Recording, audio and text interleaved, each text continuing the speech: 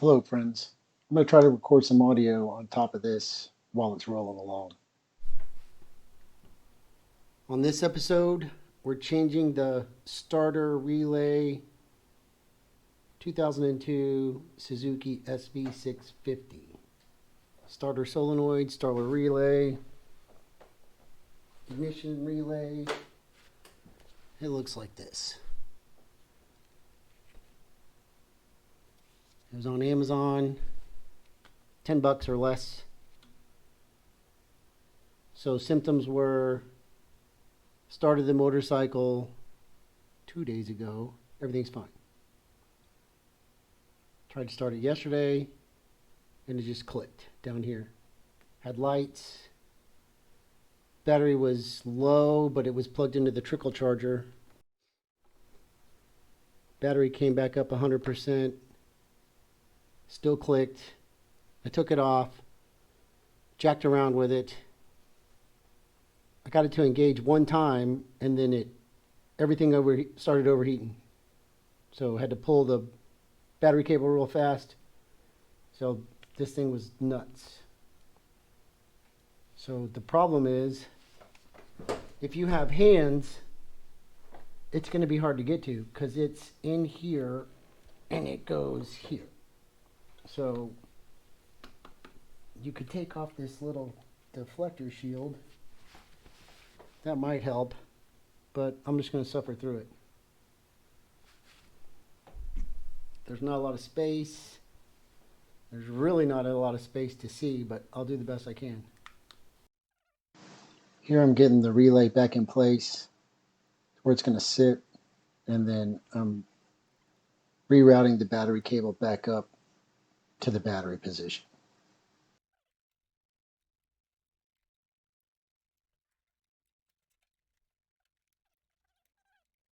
The battery side is this one with the big tab, this big copper tab going underneath.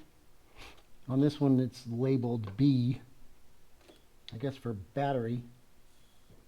And then the bottom one's labeled W or M. Yeah, M. What does M stand for? Motor? I don't know.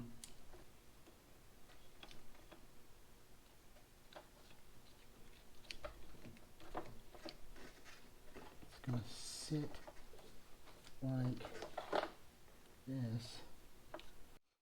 A little dielectric grease on those bolts before you start is probably a good idea. You can get it snug, but you're not going to be able to put too much torque on it because you'll spin that nut that it bolts into. So careful with that. If you break it loose, you're probably going to have the same problem that started this whole episode.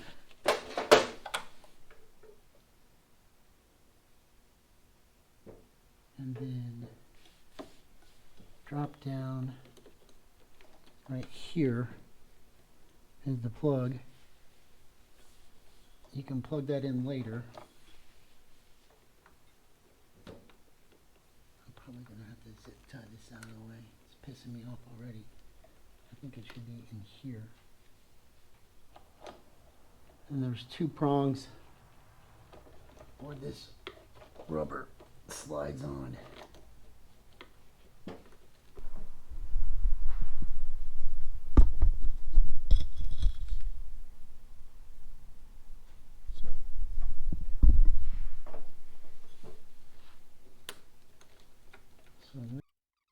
Here I'm just putting the wiring back into the factory zip ties. Something to consider that I had not was this motor has hydro-locked. Like I said, started it 2 days ago. Wasn't thinking about that. But when it comes time to start it again, you're going to hear it. That starter's going to turn just a bit. We should have a go button.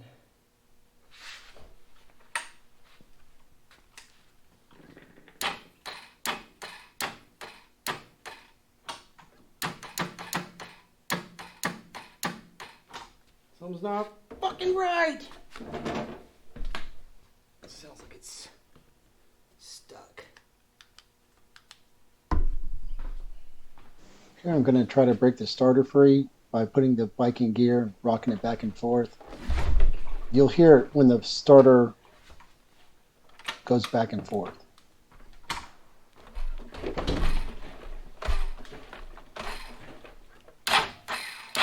Now you can hear the starter. It's got more space in it. And what it's doing is it's stopping against the gasoline in the cylinder.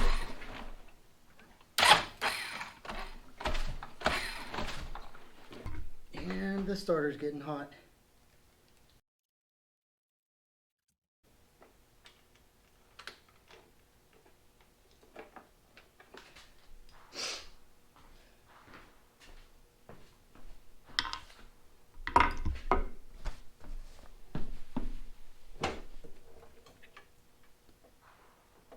Why is that wire hot?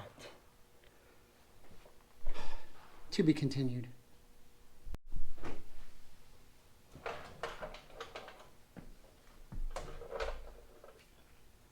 So some things I tried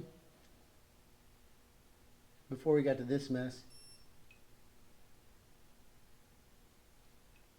I was able to bump the motor back and forth a little bit and then hit the starter, and I got a slight rotation. So I was thinking bad starter, so I pulled it, right? I haven't taken it apart yet, but it sounds fine. But here's the clue.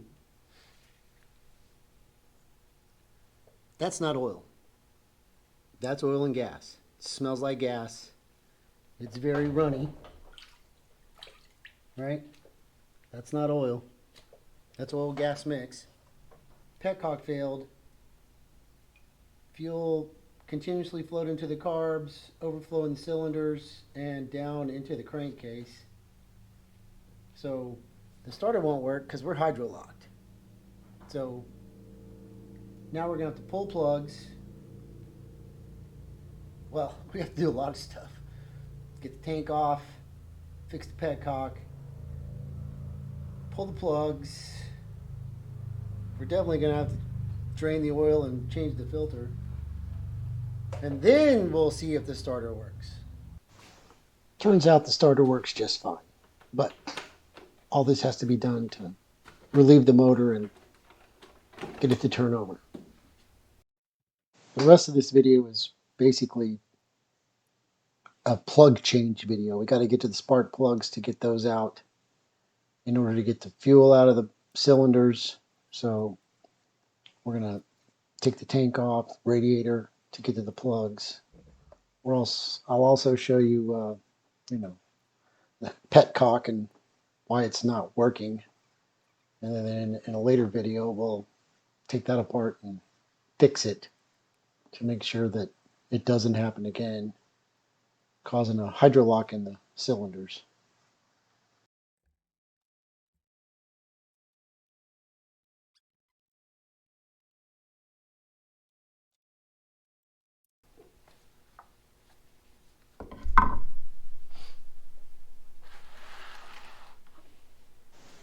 Once we get this fuel line disconnected, fuel's going to come out, but it should stop once the line is clear. So fuel out of the rubber, fuel out of the filter, and then no more fuel should come out. It should stop. But it doesn't.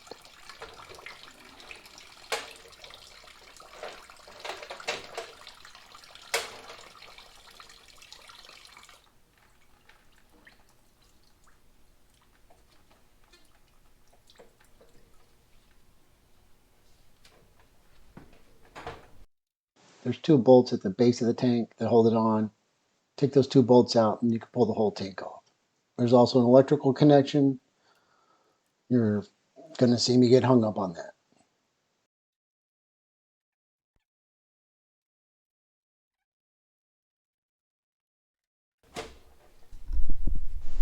Here we have the back cylinder exposed so we can get to the plug. That's the plug wire right on top in the center.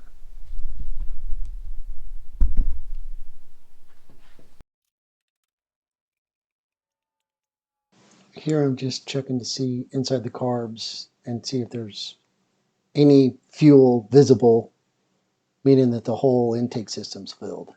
Turns out it's not. So we got the tank off. access to this plug. We got to get to this plug. So that means radiator has to move out of our way. There's 3 bolts and an electrical connection that hold the radiator to the motorcycle. It's going to try to move it so I can get to the plug, but I cannot get enough space, so we're going to have to drain it and remove it.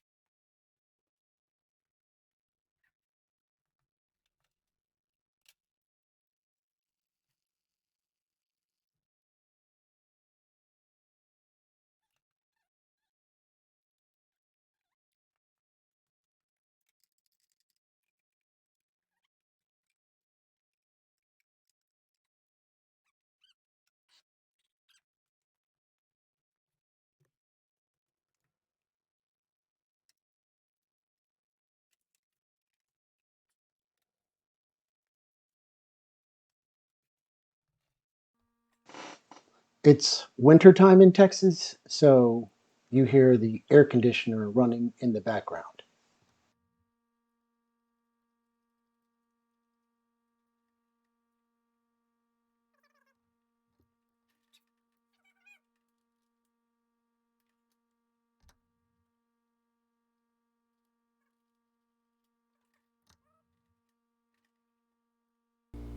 So there's 2 ways to do this. You can turn it over manually, but the other way is to hook the starter back up and pop it and watch all the shit fly out. Mixing gasoline and sparks is always a bad idea. That's the way we're going to do it. As long as this thing's kick with all this stuff disconnected. We will see. Let me clean this first, and then we'll put it back in. So y'all take a break.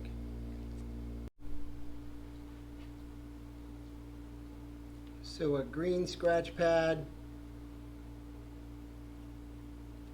and some matte black paint. That's the way I like it. You can paint it whatever color you want.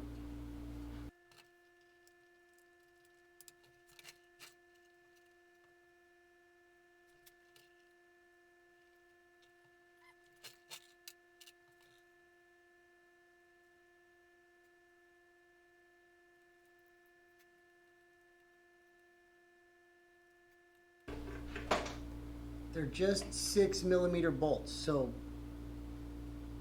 8 to 10 foot-pounds. Don't break them. This is aluminum. Bolts are not.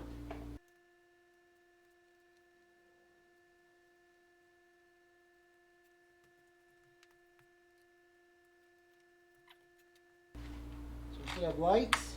Yes. And power. Now remember, there's no plugs. There's no oil. What's left is full of gas. So if the theory is correct, shit's gonna fly out of here. I'm always right. Well, I'm not always right, but don't ask my wife if I'm right.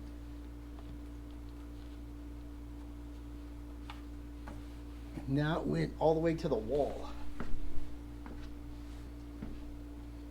Let's do this.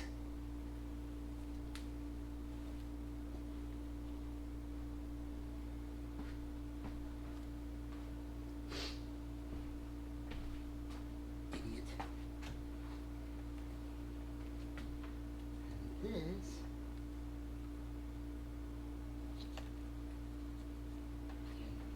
Do it again.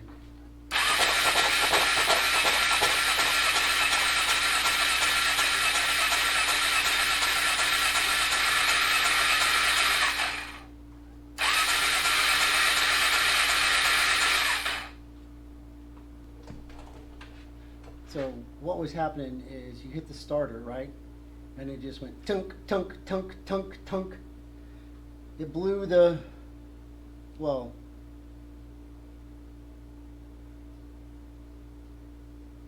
the starter relay, let's just say, was already on its way out. It was coming apart. So replaced that, hooked everything back up, nothing. Motor was engaging because you could hear it chunking, but it was staying on, so the lines got hot. You saw me burn myself, so disconnected everything. Let's think about the next possible worst case scenario, other than the C's motor, is hydro lock. So petcock failed, this carb's higher, nothing flew out of here.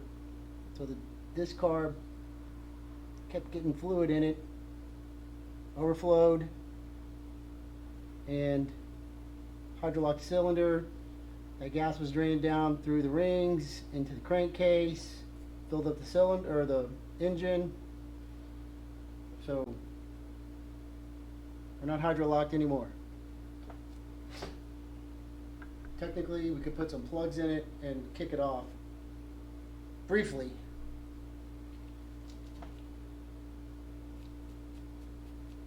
So whoever changed the plugs the last time went with the race plugs. Not a bad decision. Gonna have to check that gap. So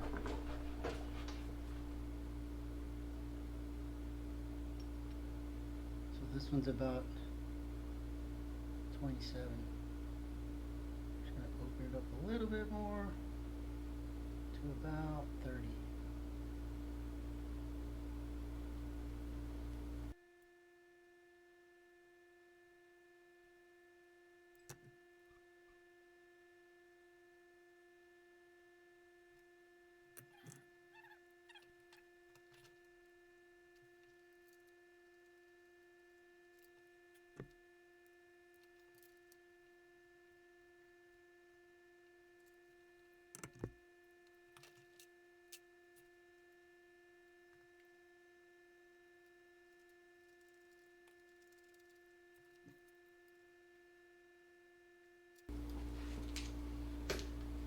Now, it should turn over again.